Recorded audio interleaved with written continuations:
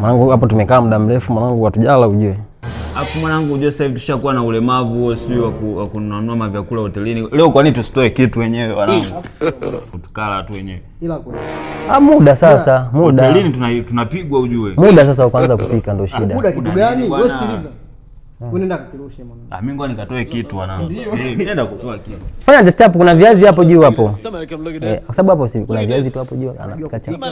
Huyu anatoa wewe si unanifundi. Vizia milio vitu vya ajabu tunaleta. Ningeendekeza tu yani. Oh my god. Chafu ile. Oya. Au tungeagiza tu chakula. Unasema ushaanza kuwa mbivu tena na wewe sasa. Ngoja mimi Mimi kapike katoe kitu mwanangu. Mimi naona tu tungeagiza chakula yani. Sasa tungeagiza vipi na wakati tunatoa kitu hapa na wewe? tulieni niwarushie kitu.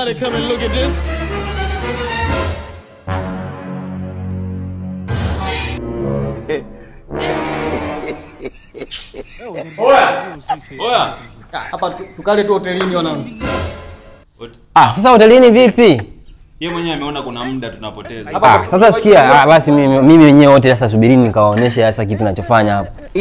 Mimi hapo ni chap, unajua chap kwa haraka. Wewe njoo yani. Labda wewe Sasa nyewe mnaambiwa mpike.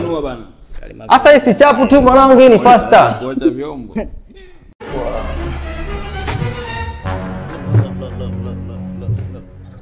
Look at this. Somebody come look at this. Sasa kisu kipo wapi kisu?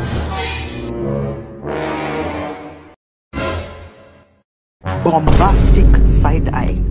Criminal offensive side eye. Oya wanangu wewe. Oya. Kwa namba za majeni usi unazo? Yule mama anayepiga yule. Mwambieni atuwekee msosi tuukute kabisa au tu request. Mungu bado kalie tu kule mgawani mwanangu. Hivi? Hivi hapana kia nani. Watu endeni mgawani. Tukale tu mgawani. Tuagizeni tu mwanangu.